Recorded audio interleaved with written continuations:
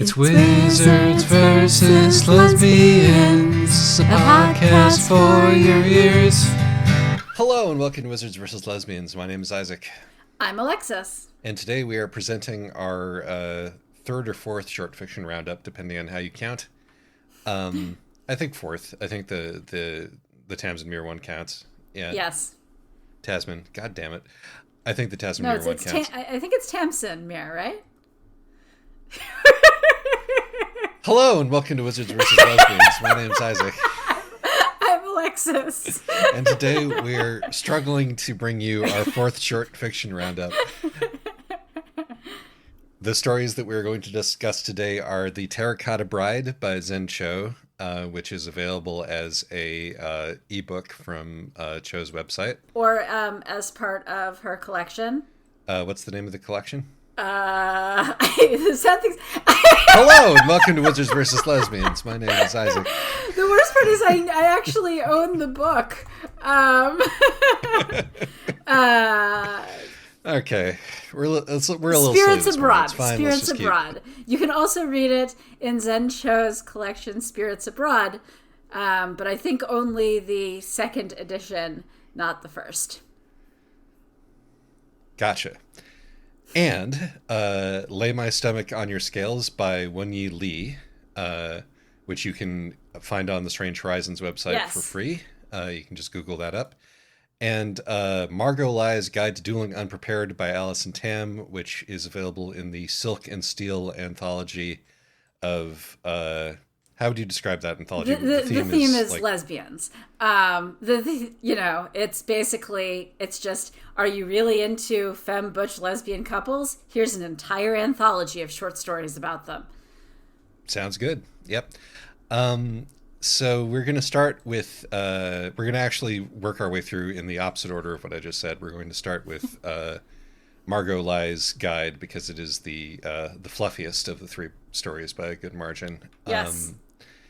Would you like to do the plot, or shall I do the plot? Sure. Margot Lie is a classic, not particularly bright sword lesbian who wakes up with a hangover to discover that she has challenged a wizard to a wizarding duel for the hand of her childhood best friend, who she has a thing for.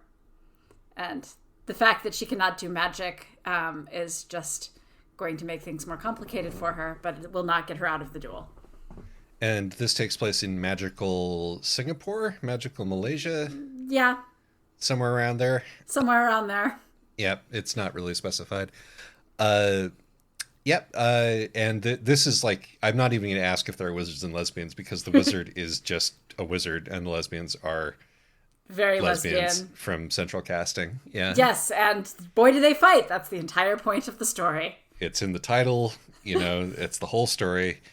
So yes, great. And I can't really think of any content warnings for this one either. No. It's just a nice little adventure story. So why don't we just get into the spoiler zone for this one and discuss it.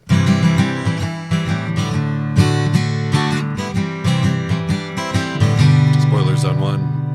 So I liked this one. I think it is fluffy and silly and fun and sweet. Indeed. I think like what I wanted to do with this one was to use it as a jumping off point to talk about Anglophilia. Because we're sort of accidentally in the middle of a series of books which are very English with a capital E. And by accidentally we mean our listeners keep recommending them. Yes. And for me, like slipping into that language and idiom and, that sort of, heightened silliness of the prose is very comfortable.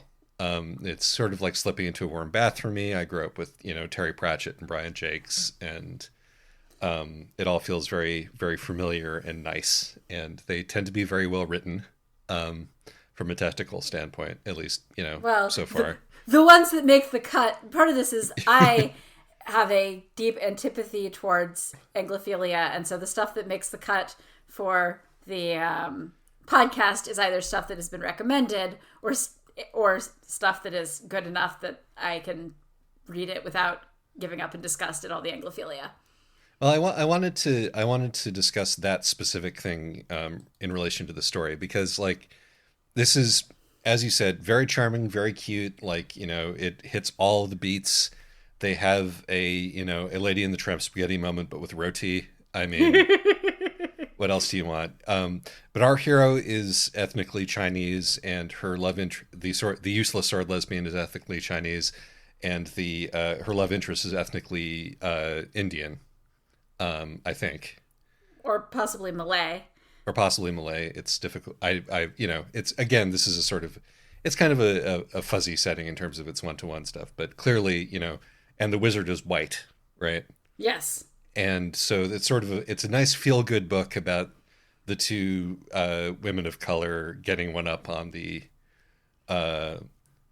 wizard, except that it's all, it's like, it's too feel good in that way. It's like the extremely English and extremely wizardy wizard is like too good natured about getting beaten, and and all of the races in this colony, as it would have been around the time. I think it is a former colony at this point. Right. I mean, it's still very like, around what time in the real world would you say that this would correspond to? Well, I mean, the thing is that just culturally speaking. I mean, the thing is that it could be pretty much any time before cell phones. That is true. I mean, this could easily be the 90s. I thought just sort of based on the way that they were dressing, I thought it was going to be older than that, but maybe that's just true. No, that's true that it's the fact that they're dueling for hands and dressing that way does make it sound like it could also be colonial times. Yes. So this is one of those things where it's like, I'm hearing there's discourse going around about Bremerton right now, which is a TV show and sort of surrounding media empire, which imagines it's like a fun English aristocracy show, except there's people of color, and the aristocracy is multi-ethnic. I have such antipathy to Anglophilia that I had not even heard of Bremerton. That would be because it is called Bridgerton. Bremerton is a suburb of Seattle. I mean, I barely have, but it's apparently quite popular. But there's also some discourse going on about, okay, what does it mean to make these stories multicultural without, examining any of the underlying stuff? But I don't think that the story is doing that. I mean, this story is very much in a colonial context. There's the fact that Pippa's father has, the English that he had to learn from a textbook and he had to be fluent in English because he's a lawyer, right? Like, he has to know colonial law. I mean, this isn't like, yes, the wizard is very good-natured about losing, and that's partly, I think, because this isn't a story about colonialism. This is a story about, a fun, silly story about, dueling for the hand of the girl that you like. But it doesn't pretend that it's not in a colonial context. I mean, not just that the wizard... First of all, the wizard is white, and you know that he's gotten away with a lot of bad behavior up until now, because there's Indeed. The whole laundry list of things that he's done to everyone's friends. Hang on a sec. It's the cat removal jingle. That cat must be removed. And if the cat comes back again, how can we disapprove? There's no controlling Anshul. He's a kitten with a cause. I can't think of the next line. Paws or claws? Solid, yes. That is different from a story that's like, okay, this is exactly the British aristocracy, but some of them are people of color. I agree. And I was mostly, I wasn't bringing that up because that's my take. I was bringing that up because I think that's a take that could be argued in the story. But it's like, I'm I'm not going to come down hard on what is an extremely inoffensive and charming bit of, fluff here, because it's clear from the outset that that's all that it intends to be. Yeah, but And no, I also think that you're okay, because here's the thing is that stories that come out of like Singapore and Malaysia are stories that are coming out of a colonial context. And it is it is fine if people want to write stories about how that is completely bad and reject everything. But I have lots of friends who have a deep fondness for the often extremely racist British fantasy kids books that they grew up with in their, schools in Singapore and Malaysia.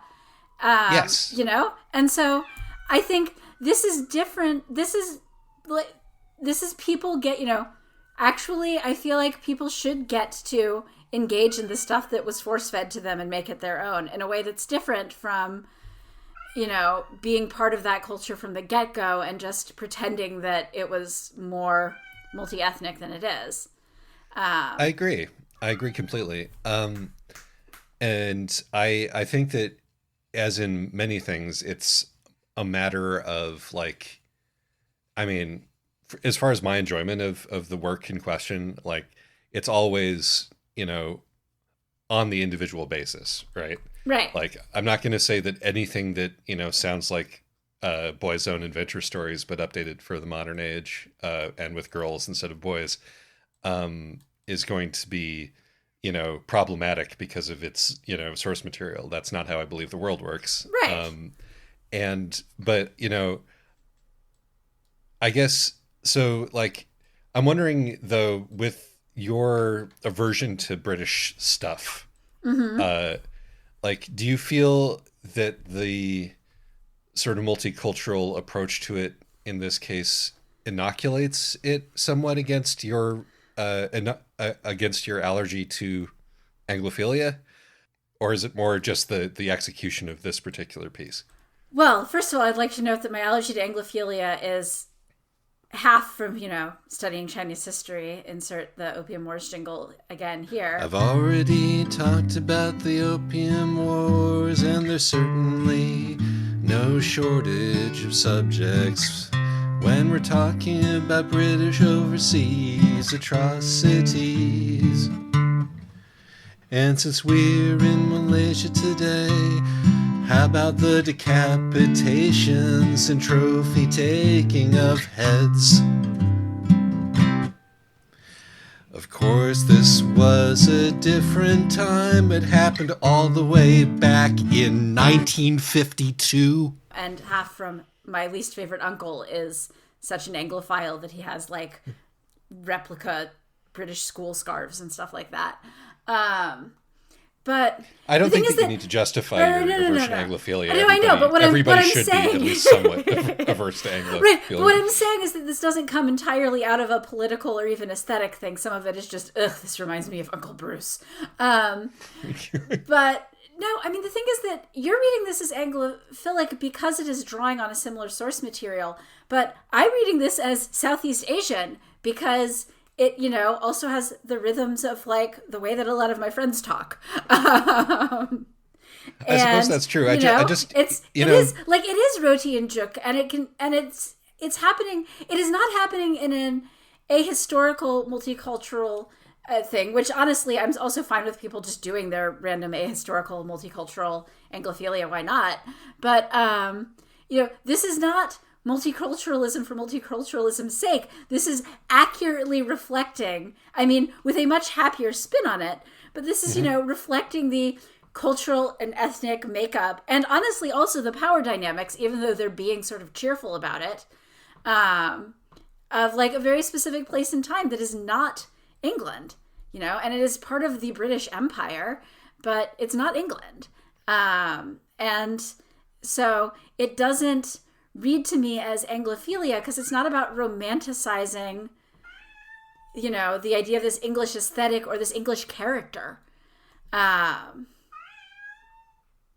sorry. Agreed. I'm sorry for the cat. Cat's gonna cat. That's fine. I agree. And part of the reason that I'm taking this sort of political angle in it is just like this story is very nice, but I don't know if I have a lot to say about it, other than the fact that it's very nice and fun.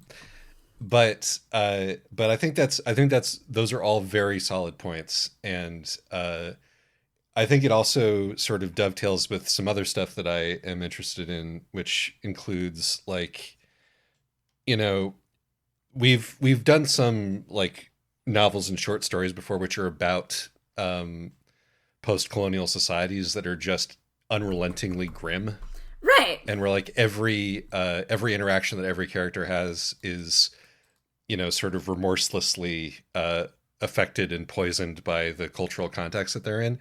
I mean, and of course, I'm not saying that is in and of itself bad. It's just not a complete picture of what actually growing up in a situation like this is, Right. Um, And then, and I think that the ones that are unrelentingly grim are partly about sort of unlearning the parts of your mind that, and of your culture that come from the colonizer.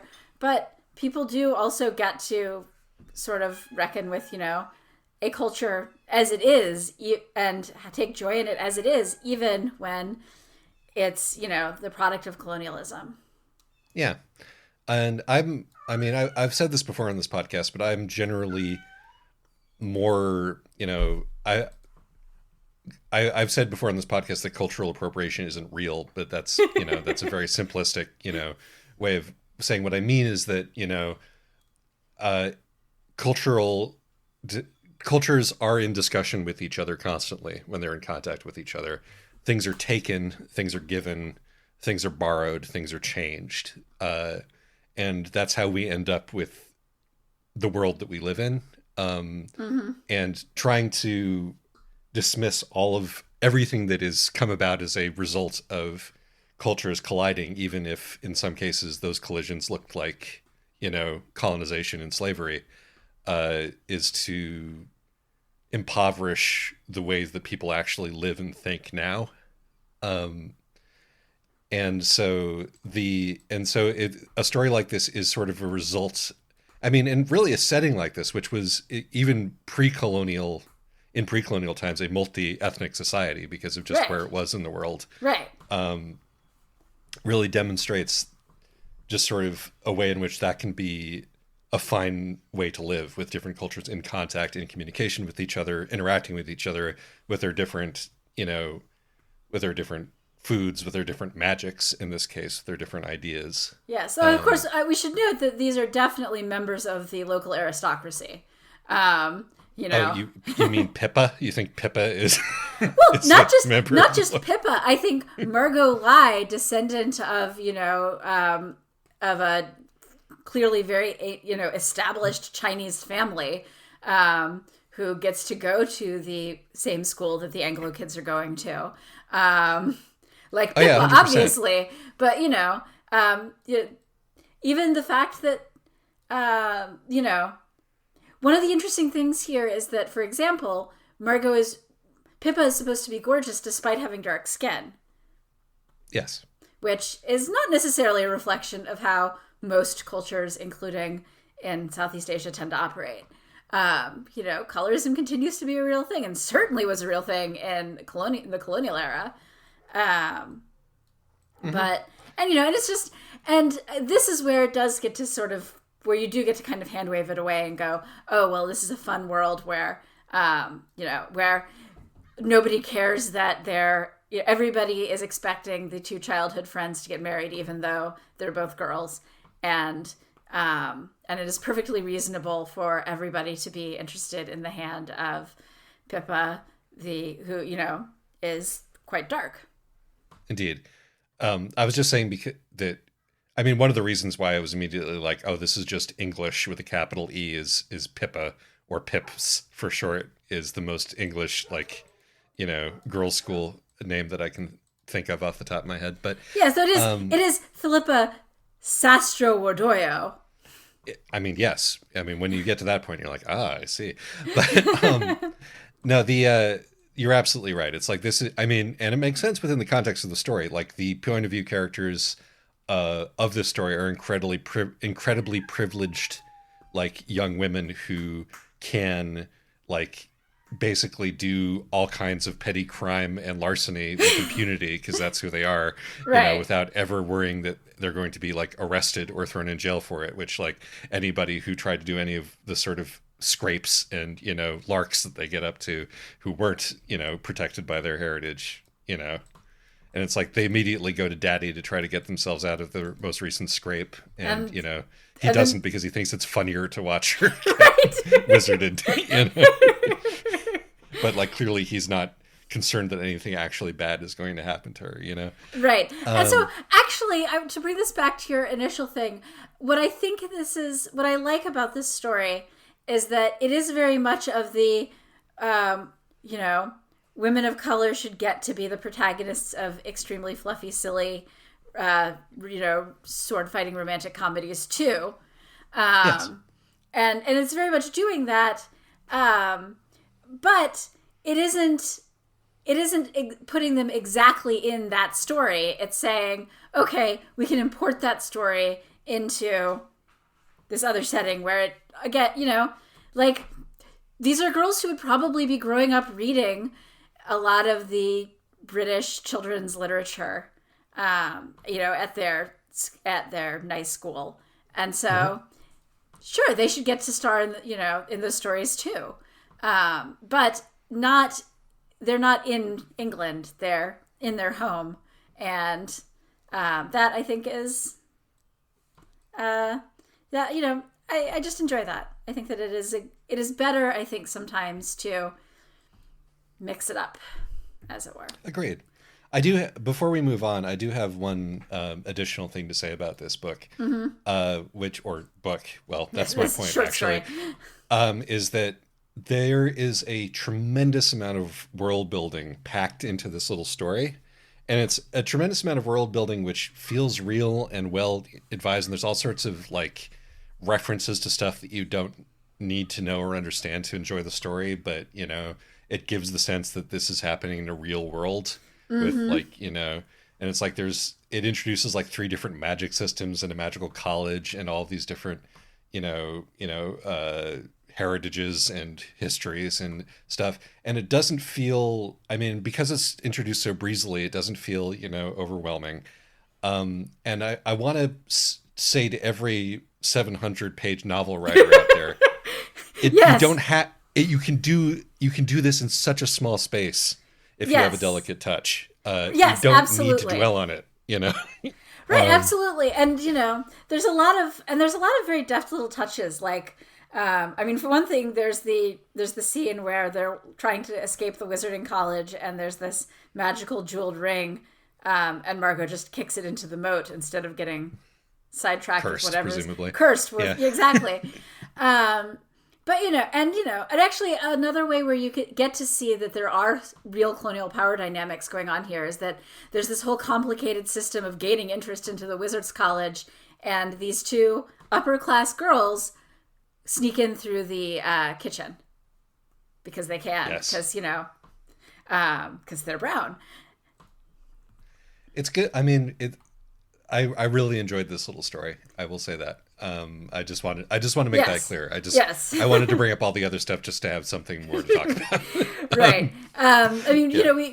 We could talk about the way that this is so leaning into the we could talk about the whole gender thing going on with our classic sword himbo lesbian and magic casting beautiful femme upper class lady. Yeah.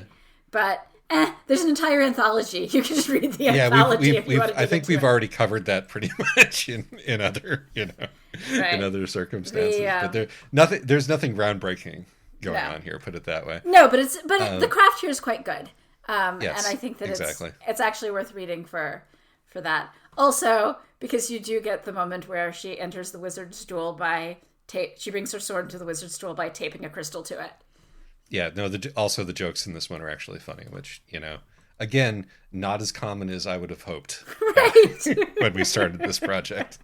So, anyway, fun story. Shall we move on to something way less fun, but I think still quite good? Yes, I think we should. So, so back to the unspoiler zone, and I'm going to put put time stamps in the intro this time because I think this is actually a better way to organize it than what we were doing before. Yeah. But so now we're going to start discussing Lay My Stomach Under Scales by Won Yi Lee. Would you like to do the plot? Should I do the plot? I did the last one. You can do this one. Oh God. Okay. So our hero is a thing that it's going to be challenging for me to pronounce. Actually, is that a spoiler? No, because like do you even say that? It starts in like the first paragraph, right? This is true. What is the name of the creature that she is? I can never remember the name. I'm currently scrolling through it as well. Well, okay. So even if you're not familiar with this particular mythology, Penungalan, I believe. Yes, our hero is a teenage girl. I think it actually they have a bunch of names. Yes, is a teenage girl who A, has an eating disorder, and B, is a Penungalan, which is a creature who can detach herself from her body from the neck up and trail all of her organs along with her as she floats around the city. Usually, and then eats people. Yes, which is a fine metaphor, really. And then the cool, this is another one where it's like me versus other girls because she has a crush on the cool girl in school. And it turns out that the other girl, cool girl in school, is so cool because... Oh, okay, shit, sorry.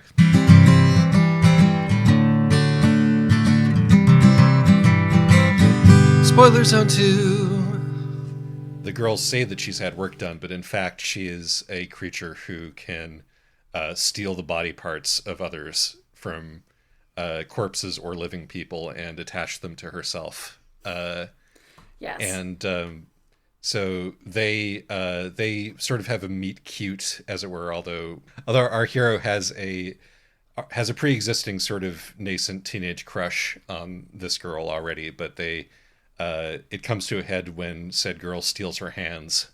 And so it is sort of learning to value her own body by seeing it in the face of another on another's body in a call me by your name kind of a way. And to value her own skills by having those skills, in this case, her ability to play the violin, taken away from her, that both sort of sparks the relationship between the two of them and allows her to start on the path toward actually valuing herself and her own body. Yeah. Does that cover it? Yeah, I mean that's less of a that's less, at this point we are well into the spoiler zone because you've recounted the entire plot. It's a short story. What is there to spoil? Right. Yes, and although there are definitely lesbians or teenagers who may grow up to be lesbians or bi women, they end as a couple. They're calling each other darling at the end. Yes, call them lesbians. Ulus. Yes, these are definitely ulus, and there are no wizards in this book, in this story, but that's fine because this is queer girls. This is queer girls versus eating disorder. Yes, which say the gym teacher is the wizard for inflicting public weighing. Jesus Christ, for helping to inflict the standards of beauty that may cause somebody to develop such an eating disorder. Content warning: eating disorder. Yeah. and also a lot of body horror stuff in addition to that, and, right? Corpse theft and so on. Yes. Well, you've run through it pretty fast.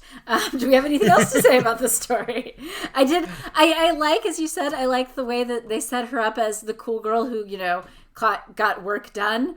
And that, and then, because this is a short story, you very soon can realize, oh, wait a minute, she has stolen the protagonist's hands and is now wearing them herself.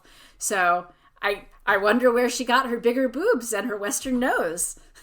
Yes, that's really good. Yeah, I think the thing that I like about this story, first of all, the contemporary stories are so rare. Mm-hmm. Like in these fantasy settings, which is a shame because I think that there is a lot of right up to the minute stuff which would be well, as a matter as this story does, like using metaphors of magic and mythology to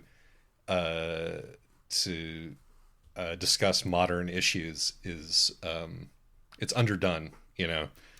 We too often go back into the past with fantasy stories when it would be just as well to go today. Unless you're Max Gladstone, don't do that. But yes, and I'm allowed to be rude to Max because he's just made a tremendous amount of money. And we are very pleased that Time War, which we love, is doing so well. Exactly. That's it warms the heart. Even if this means that I've been having to work so hard because I work in publishing, not to, when marketing is talking about new strategies, say, well, clearly you need your Biggless Dickless moment. Because also, I'm pretty sure I'm more online than marketing is, so it would just be real awkward. Biggless, Dickless, pudding and pie gave How to Lose the Time War a try. They tweeted we should read it, and then 10 million people said, okay, friend. Now Mal's got a book deal, Time War's a hit. Max, once again, is lucky as shit. And 10,000 authors want to know why this Trigon porn author didn't give them a try. Yes. Well, I mean, you do, though, so, if we can get some fanfic authors reading academic texts about East Asia. But anyway, so that is great. I think that the contemporary setting is great. I think it's using this traditional monster as a metaphor for eating disorder works really well because of very well. It's basically, and it's sort of left ambiguous. Was she always a monster, or is she so disgusted with her body and so desperate to escape her body that she has become this kind of monster? And it doesn't actually matter because, the solution isn't even to give up her monstrousness. It's to value the times when she is connected to her body as well as the times that she is flying around as a head. Yes, agreed. I guess I kind of laid out all of the critical things that I had to say about this in the plot summary, which was a complete accident. Sorry. And this one is also, I think, quite well written. Both. Oh yeah, it's beautifully written. It's beautifully written. It's very evocative of what it's like to have an eating disorder. But it's also got a real sense of humor, where it's got beautiful, popular Maria Reyes, who's holding a bone saw with the hands she stole off my body, and being like, "Why are you mad?" Maria is a fun character. She actually does remind me a lot of Rainbow from the Taz Muir short story. Oh, she does a little bit, yeah. Where she's a little where she's horrifying, but she's also so sweet about it that. Exactly. No, she is a corpse robber, but she also has this sort of weird, like, cheerful zero affect thing where she's not interested in feeling bad about any of it, if you see what I mean. Mm-hmm. And it's kind of that, like, cheerful self-acceptance of her own quote unquote monstrousness that is part of what our hero can stand to learn from her. Yeah, but at the same time, she also needs to learn from her hero that, maybe that, and she doesn't even learn from her hero. She learns from trying to help our hero work through her eating disorder that maybe gleefully robbing corpses, and non-corpses in the case of our protagonist's hands, is not, yes. Is not actually great. Yes, no, there is a small dent in her blithe psychopathy that this creates, which may make both of them a better person, I would say. The lesson here is that popular girls are all alien psychopaths, or they might as well be, for all we know.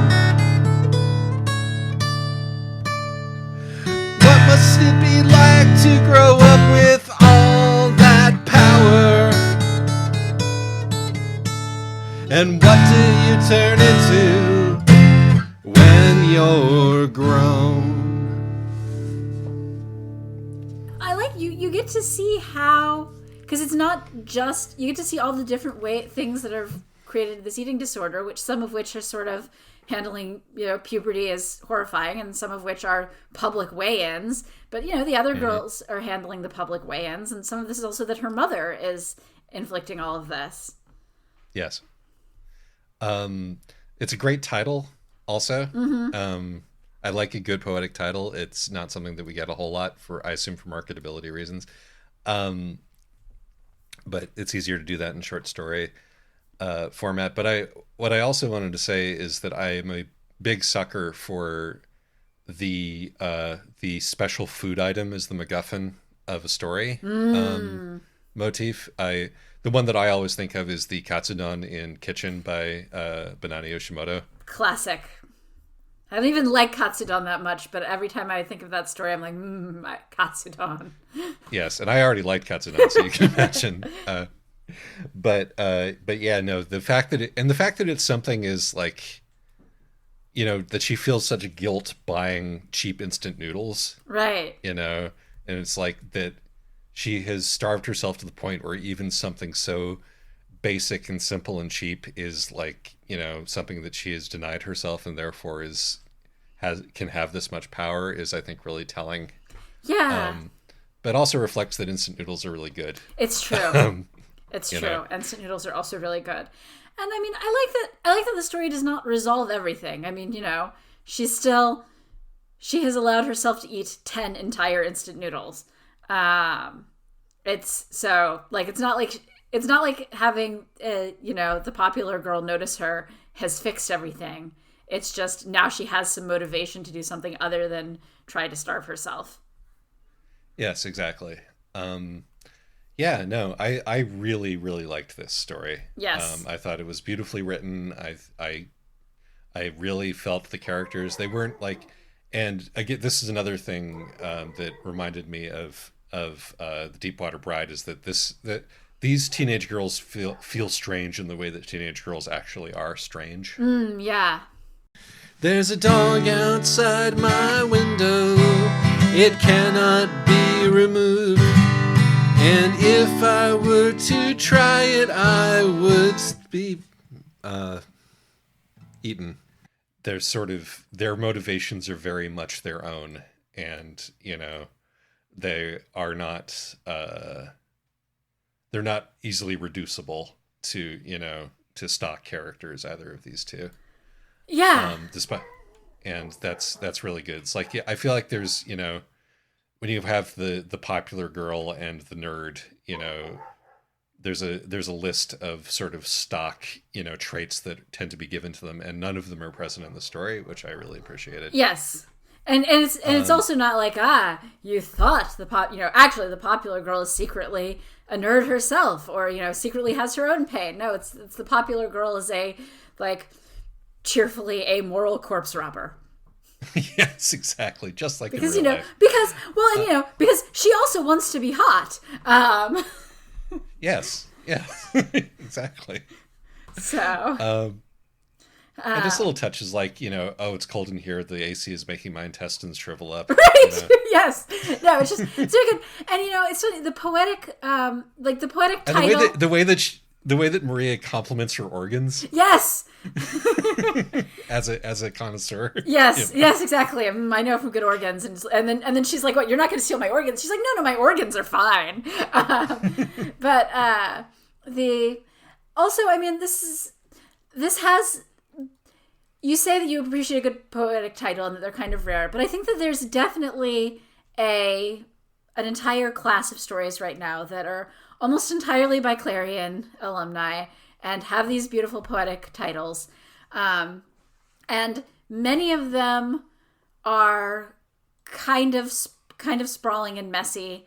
And one of the things I like about this one is that it's really tight and it's really beautiful, but it doesn't get distracted by how pretty its own writing is and go off on a long tangent. Yeah, we were talking about I was reminded for some reason of the time when I was like, I don't like Hemingway. Why do you keep saying that I want Hemingway? In some recent Right. episode, and this has that sort of spare, very spare prose. It's not. And it's like, well, the thing is that it doesn't actually have very spare prose. Like the sentences are fairly long, and it has and it has plenty of adjectives, and a reasonable amount of adverbs even. ooh, adverbs. I've cut out an argument over whether the prose in the story is spare or not. It's still on the sparer side by our standards. Can we agree on that? That's fair. But what I'm saying is that this isn't about this. This doesn't feel like it was written by somebody who's fetishizing, spare muscular prose. This is coming out of, this feels more like it is coming out of what is which is a fad in short fiction, which is to have this very sort of literary poetic writing, but it's just does so more efficiently and is more tightly edited than many. i.e. is actually doing that well. Right. Yes. No, I'm actually interested to see if we eventually find something that feels like it's fetishizing spare muscular prose in the Wizards versus Lesbians canon, because I can't think of anything that we've read that would qualify. But I'd be interested to. I think we're currently in an era. I think we're currently in an era where there's, we're currently in the pushback against the last time that was a fad. So. Cool. Well, I think that covers. Again, highly recommended. Yes, I don't know whether it's a coincidence that all three of these stories by are these authors all Malay/Singapore folks? Well, I don't actually know anything about Alice and Tam. All three of these stories are set in Southeast Asia or by Southeast Asian authors. And this is because 2 podcasts ago, you specifically said you wanted to read more Asian stories. Yes, and the next story that we're going to read is the most Asian of them all. And that I picked specifically because you wanted to see stuff that dealt with religion and the afterlife from a non-Christian perspective. Exactly, and yet, weirdly, it reminded me the most of anything that we've read of The World to Come. By we, I mean me and Alexis. We haven't recorded for the podcast. It definitely doesn't fit the remit, but I'll tell you what's it about in a second. Now on to Zen Cho's Terracotta Bride, which is Jewish. Well, which is also not Christian, Isaac. I know, but it's not Southeast Asian either. I mean, I'm not saying there aren't any Jews in Southeast Asia. No, anyway, right. But this is in some ways a useful way of making my earlier point that you kept talking about. You were setting up Asian as the sort of opposite of Christian, and what you actually just meant was Buddhist, I think. But that actually there's a lot of ways that you can talk about afterlives that exclude Christianity. Yes, or in the case of Zen Cho's work, specifically are setting themselves up to be opposed to an existing Southeast Asian Christianity which exists. Yes, that's more Blackwater Sister than this one, but no, it happens in this one too. That's true. I forgot because she's got the Christian family. Yeah, that aren't giving her, that's right. That aren't burning poor, things for her. She's poor in the afterlife because because nobody is burning money for her because all of her family are now Christian. Yes.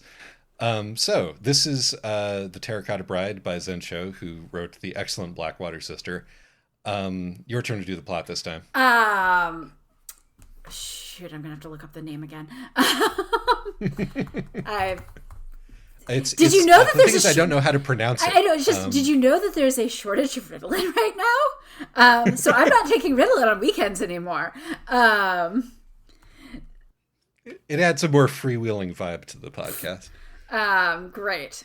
Good to know. I'm so sorry. No, it's fine. And I think her name's I know Mandarin. Her name isn't in Mandarin. I mean, exactly. Sin? I don't know. Yeah, we went with Shu Qin, which is probably wrong, but seemed easy to say. And of course, there's no audiobook here, so I don't have the audiobook Anyway, guide. But regardless, sure, Shuqin. And it comes. So this is, you can get this as an ebook, as Isaac said, or in Zensho's really quite excellent collection, Spirits Abroad, which, come to think of it, has another story about that's about a woman in Southeast Asia dealing with an eating disorder through a metaphorical mythology. Perhaps I'll put that one in the next roundup.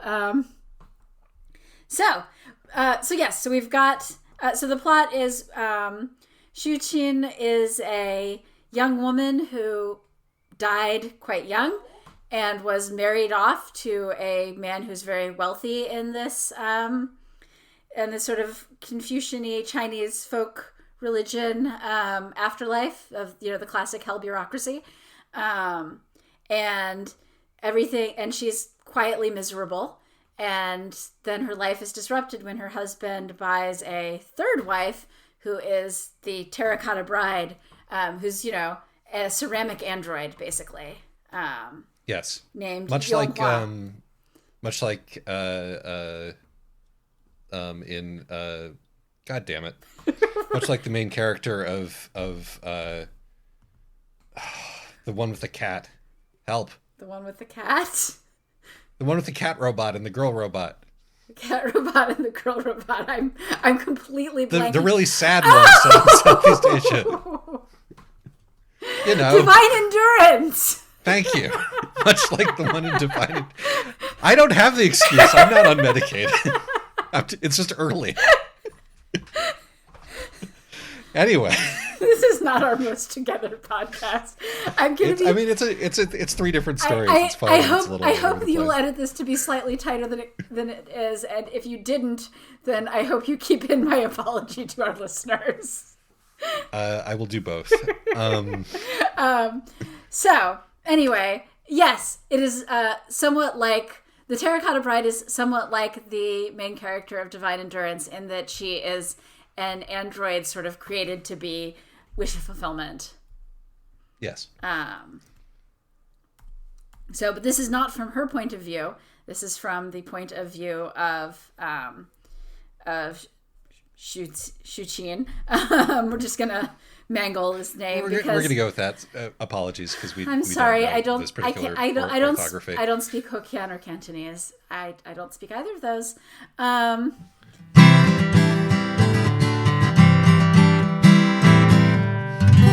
Spoilers on part 3. So, but what's really interesting is that our protagonist, has this name that's either Hokkien or Cantonese, and I would guess probably Hokkien, but everybody else has names that are in Mandarin, which is an interesting class difference thing. Indeed. Although the husband does enjoy Cantonese opera. Well, sure, but the thing is, he goes through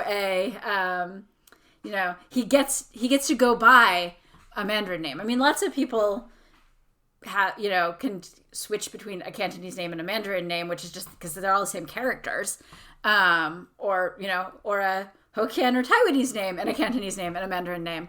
Yes, but he goes by his Mandarin name because that's clearly what is more prestigious in the hell bureaucracy. Agreed, yes. And he is, something of a wizard figure in that he is obsessed with immortality and very powerful. Yeah, definitely. So that's the main thing of the story. And then I guess since we're just sort of going gleefully into spoilers in our summary, what would be Shuqin's awakening through her developing crush on the android wife is rudely short-circuited when the android runs off with Junsheng's first wife, who he married his second wife mostly to make her jealous. Yes. Because she is off living her best afterlife on a different piece of property and ignoring her husband, who is kind of pathetic. Indeed. So there's a lot to get into with this one. Content warnings, by the way, forced death, pretty much. Forced marriage. Forced marriage, yes. Forced Although marriage. that's not really No, it's dwelled upon. no. It is not dwelled upon, but it also, the story does not pretend that there is not an element of sexual slavery here. And it's clear that most of why Shuqian's life is okay these days is because her husband slash owner lost interest in her pretty fast. Yes. When she failed to make his first wife jealous. But like, it does not pretend that she is not a victim of, sexual abuse and human trafficking. Indeed. Yeah, so let's just get into it. Again, I really loved this one. It's interesting. This sort of it takes place because I assume that sort of the difference between hell time and earth time is pretty elastic, given sort of the different cultural mores that coexist in this setting. Yeah. Because we're sort of in a okay, I'm going to be buying multiple wives culture in hell, which sort of suggests that hell is kind of depending on where you are in the world, hell is now, but clearly hell is just earth. Pretty much, well, or at least the 10th circle of hell is. No, I mean this circle of hell, like this is the hell bureaucracy, and the hell bureaucracy is very much set up that it mimics the imperial Chinese bureaucracy. This is a place where people are from the modern day are living and operating in the society. But first of all, because how long you're able to live, and this is like Earth, how long you're able to put off dying a second time, it has to do with how much wealth you have. So you have, but this is magnified so that you have people who could be from a couple centuries ago next to people who died last week, but also to some degree this is a what if you have modern day people who have to live under an imperial Chinese bureaucracy? And, much as I enjoyed studying the imperial Chinese bureaucracy, the answer is it would suck. Yes. One of my favorite lines in the story is when she runs away from her husband the first time and finds a heavenly bureaucrat. And the narrator says she is still under the delusion of children who grew up loved that everything will turn out all right. Yeah. Which is just such a gut punch of a line. Yeah. But no, not in this instance. She is summarily returned to her husband because that is the orderly thing to do and the best thing for her as her place in this world is construed. And also the fact that she died as a child, so she is kind of a child bride because she hasn't really grown up much. Right. And she's stuck. I mean, and she is very stuck. As she realizes she's not actually stuck. Yeah, it's kind of Utena-y in that way. It's like hit the bricks, right. You can leave at any time actually. But you just have to let go. Exactly.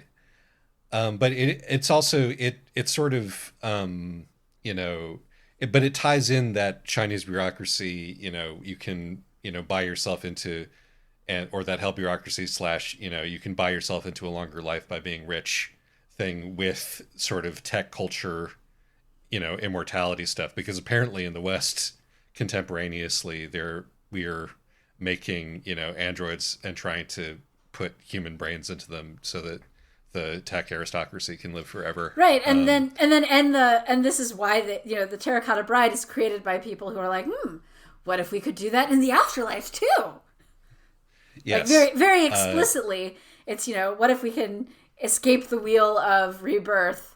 And this is interesting because it is this afterlife is this sort of fusion of Buddhist and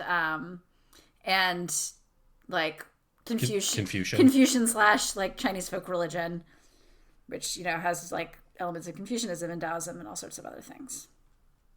Yes. It's another great piece of world building.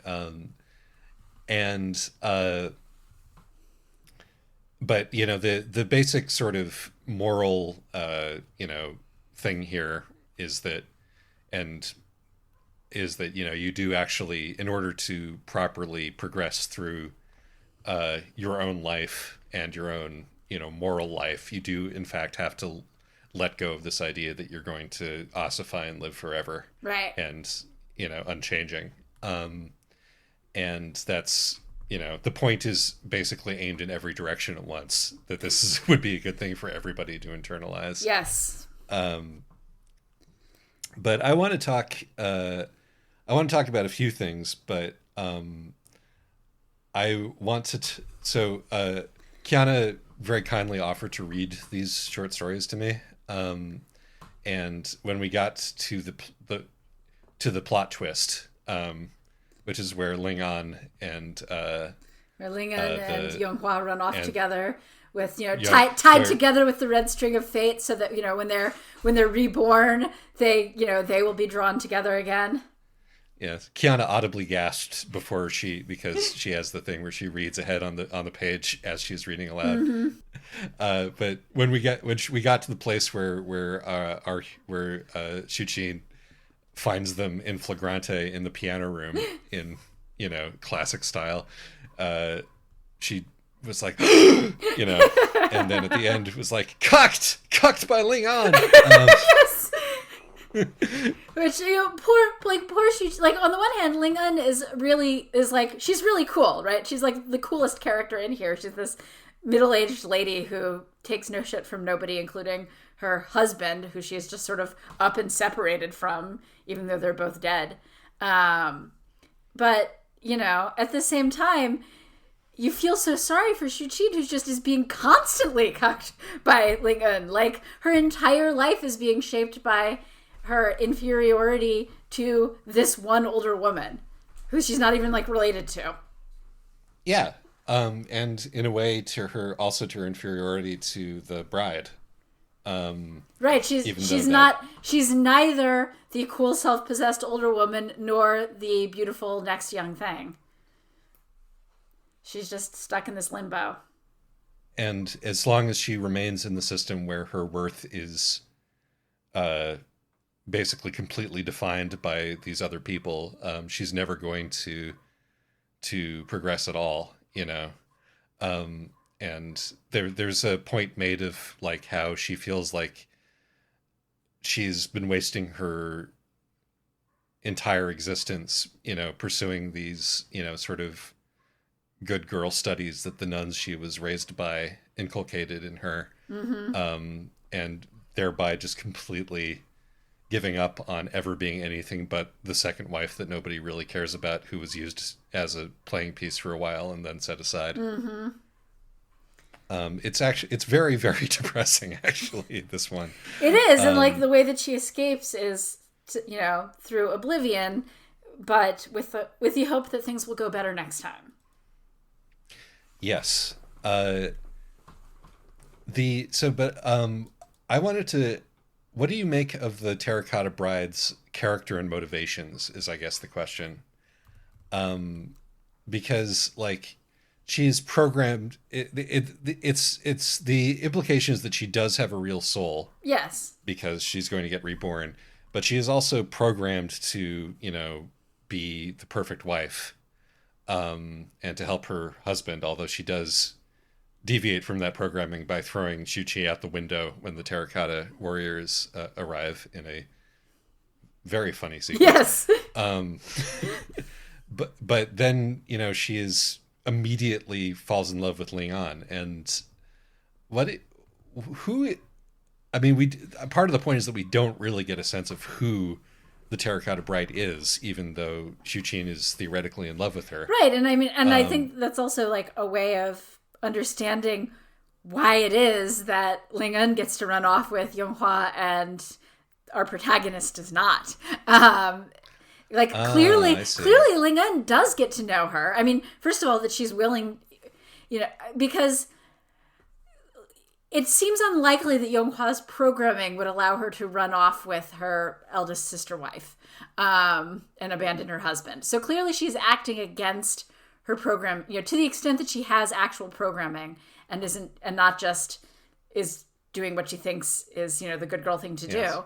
As in the real world, like there's a limit to how much you can understand what kind of procedural AI you've made and what it's actually capable of. Right, and and it's also to some degree they think that she's a procedural AI, but actually she's just a person because this is the afterlife, and if you create something that acts like it's living, it's actually living. Like the terracotta, the old terracotta warriors who she fights off, actually, beg her for mercy. So, like, maybe they're also not the automata that we keep thinking that they are. That, everybody in the story treats them as.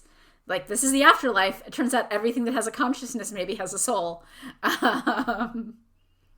And she, and so, like, I think part of why she's a mystery is because she never actually takes the necessary steps to find out, to like see her as a person and not just as sort of this object of very confused love and desire.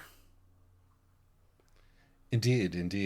But I think that like as a story, it's really interesting in that because I don't know if I can think of a story where our POV that I've read recently where our POV character is like the fourth most consequential person of 4. Mm-hmm. I mean, you could argue that she's maybe slightly more consequential than the husband, but in practical terms, not really. And like her entire arc is about recognizing how inconsequential she is. Sort of. I mean, the thing is that she's always known that she was inconsequential. Since the story begins, she has long adjusted to the idea that she is inconsequential. And to some degree, her emotional arc is realizing that just because everybody views her as inconsequential, that if she is stuck in a system where she will always be inconsequential, she can just leave. Yes. And that sometimes actually death is better than, and whether or not you agree with this, to some degree the story is arguing that the risk of death or actual re-death can be better than just sort of slowly suffering along in a system that does not value you. Yeah, that is probably, if you wanted to put your finger on maybe like the least Western, in quotes, idea in this book, that would probably be it. If you want to paint in such broad strokes. But sort of recognizing that that there is a kind of a proper self-actualizing and rebellion in removing yourself from the situation in the most final way possible might actually be a kind of revolutionary act. Except, of course, that this butts uncomfortably close to the, you have to sacrifice yourself to redeem yourself idea that we were complaining about. Right. And I mean, I think that part of what helps this not be that is that this is explicitly going on to the next step in the cycle of death and rebirth. So it's not a final, it is not death as we understand death, in the living world. Like, the metaphor for death here isn't necessarily death because she's going to get to do more things. There are life changes that may seem like death. There are losses which may seem worse. But as long as you have your will and your breath, it's better than being in a hearse. Yes. So it's more of like really letting go of every single attachment that you have to your life and going, starting again, completely from scratch. So she does indeed do this. She goes off to take tea with Lady Meng, although it turns out she doesn't actually have to take tea because she went there voluntarily. And do you know or happen to know whether Lady Meng is like a pre-existing mythological or religious figure, or if she's... I do not. Most of my study of the mythology of the afterlife is just how in what ways it reflected the actual county level bureaucracy. Got it. So I don't know. It doesn't really matter for the purposes of this discussion, right. But she meets God essentially, and who, you know, is very kind to her and is like, I miss you every time you leave, you know, reminding us that she's been here before and will be here again, and sends her down the Rainbow Bridge to be reborn, in again a scene which was strikingly reminiscent of the final vision of what pre-life is in the world to come. in the world to come, which I will do a little jingle about here. But The World to Come is a book about family, Judaism, and the afterlife.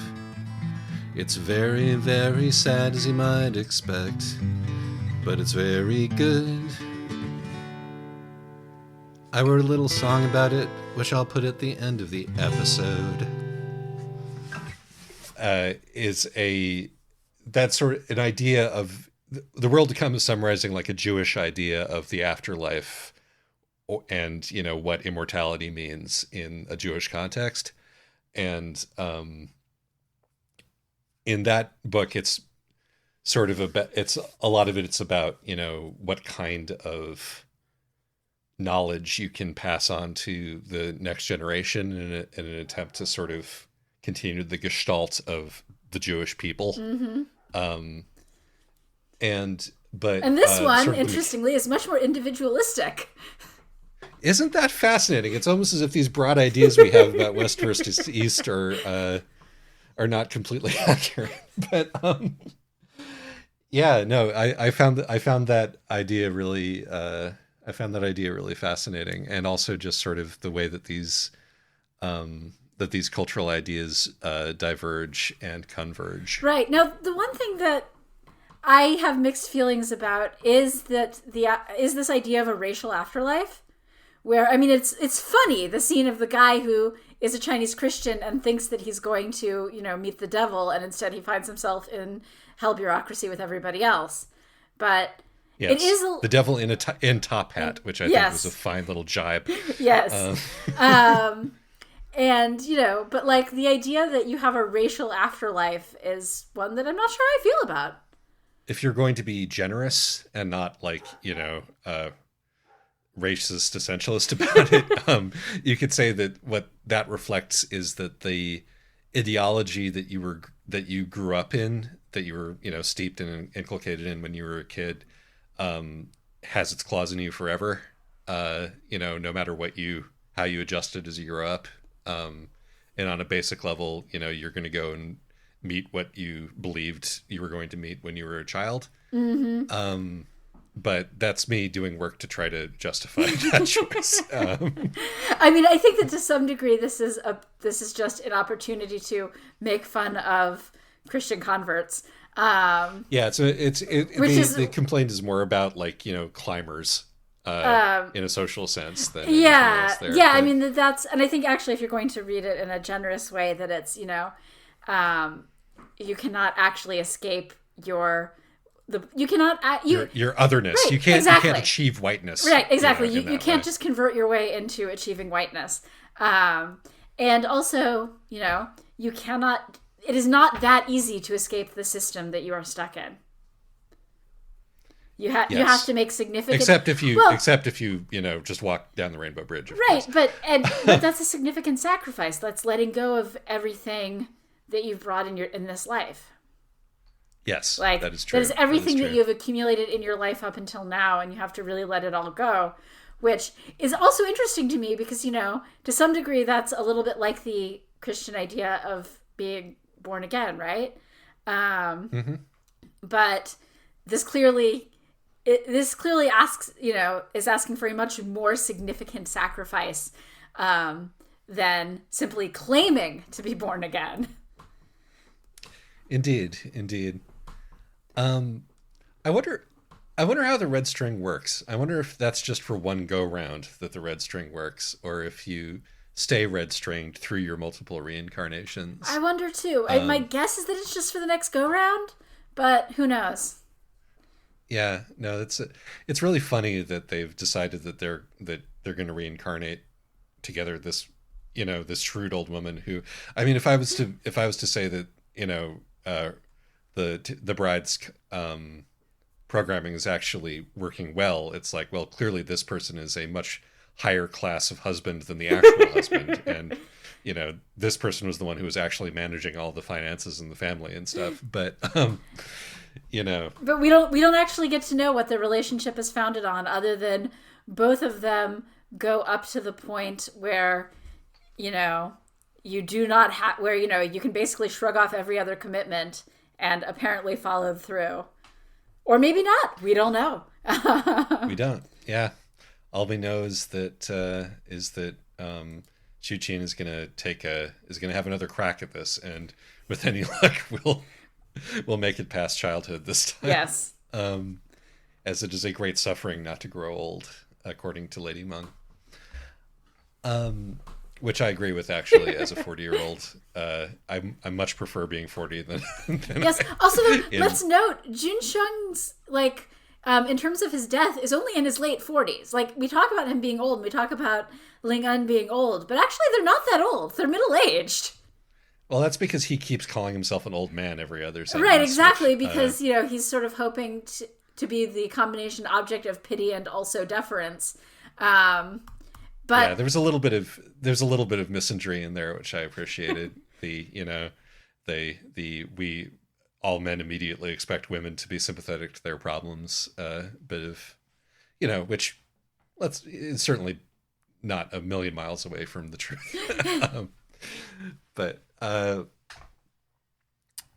yeah, no, I mean, also I call myself old all the time. I think probably 40-year-olds call themselves old way more often than 60-year-olds. Yes. Just because it's much fresher. Right. The novelty has not worn off yet. So, but yeah, no, and this is a complicated and multi-layered story, and I like that she's willing to just not explain the things that she's willing to leave a lot of things a mystery. Agreed. And it also I got kind of a sense of how do I want to say it? Like, not proselytizing necessarily, but this felt like almost a spiritually instructive kind of a story. It seemed to be making a distinct moral judgment about the non-Christian versus Christian worldview, and being like, this one is healthier. Yes, it does seem. It definitely seems to be doing that. Yeah, and it's like, I mean, and obviously, I don't mind that. It's just, and this is precisely what I was looking for. Yeah, after the Infinite and the Fallen. So thank you for bumping this one up. You're welcome. But yeah. So do you think it I guess I have two questions. A, do you mind that? And B, I mean, just sort of like. Well, you know what? Interestingly, here's where the racialized afterlife thing is sort of useful, because I am Jewish, and so this wouldn't be my afterlife regardless.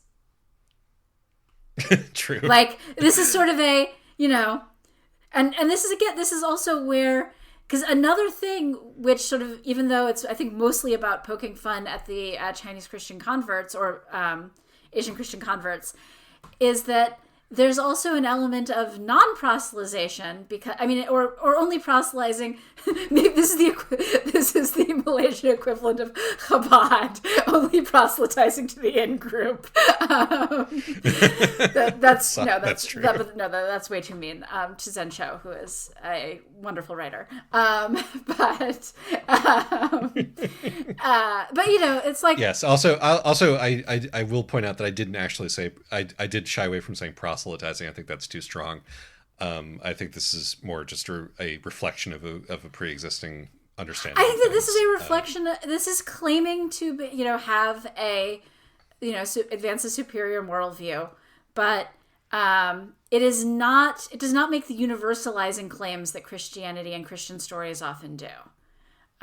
Correct. And I think that for me, that's a key difference. And I can go, wow, this is a beautiful story about, and I can read all these metaphorical things into it. And I can also, say this is an interesting afterlife that doesn't most of it's not going to personally resonate with me, and that's cool. But some of the things do, like the skepticism towards immortality. Agreed. Yeah. And for me also, just like, and this is why I asked for this basically, is that I'm the cardinal sin that a story can do is bore me. Yes. And I'll take a work that's vile and interesting over one that's anodyne. And and being boring and interesting aren't objective qualities. It's like, how familiar am I with what I have grown up with? And I grew up in a Christian culture, as much as some of us like to deny that for insidious political reasons.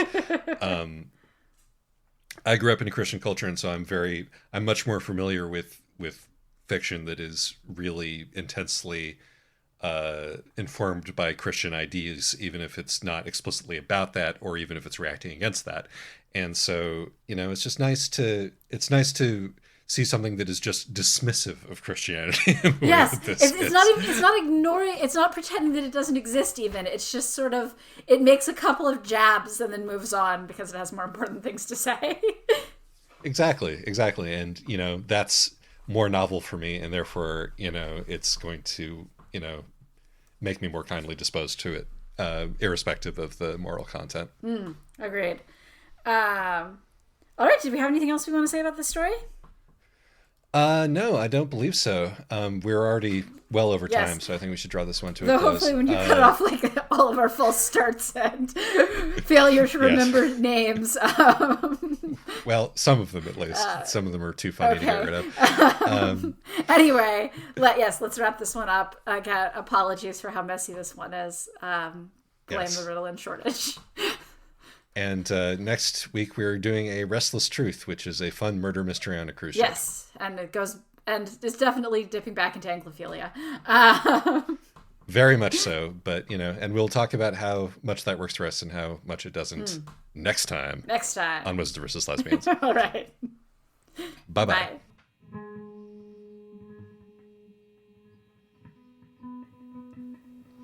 We can't take back the destruction of the temple. And I heard somebody say the time is a flat circle, but there's a difference in the cycles. There's a million kinds of spring, though the mark you left on is felt forever, the meaning that it means won't be the same forever. I'll drink every drop of this bitter in the hopes that it'll train my tongue for some later draft.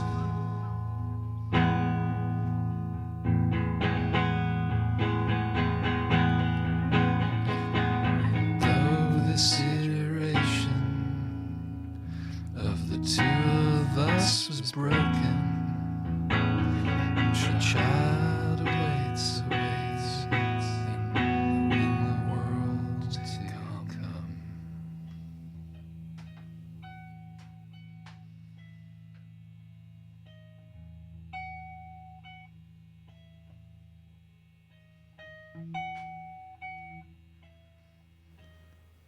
We can't take back the destruction of the temple. I heard somebody say the time is a flat circle, but there's a difference in the cycles. There's a million kinds of spring, and though the mark you left on me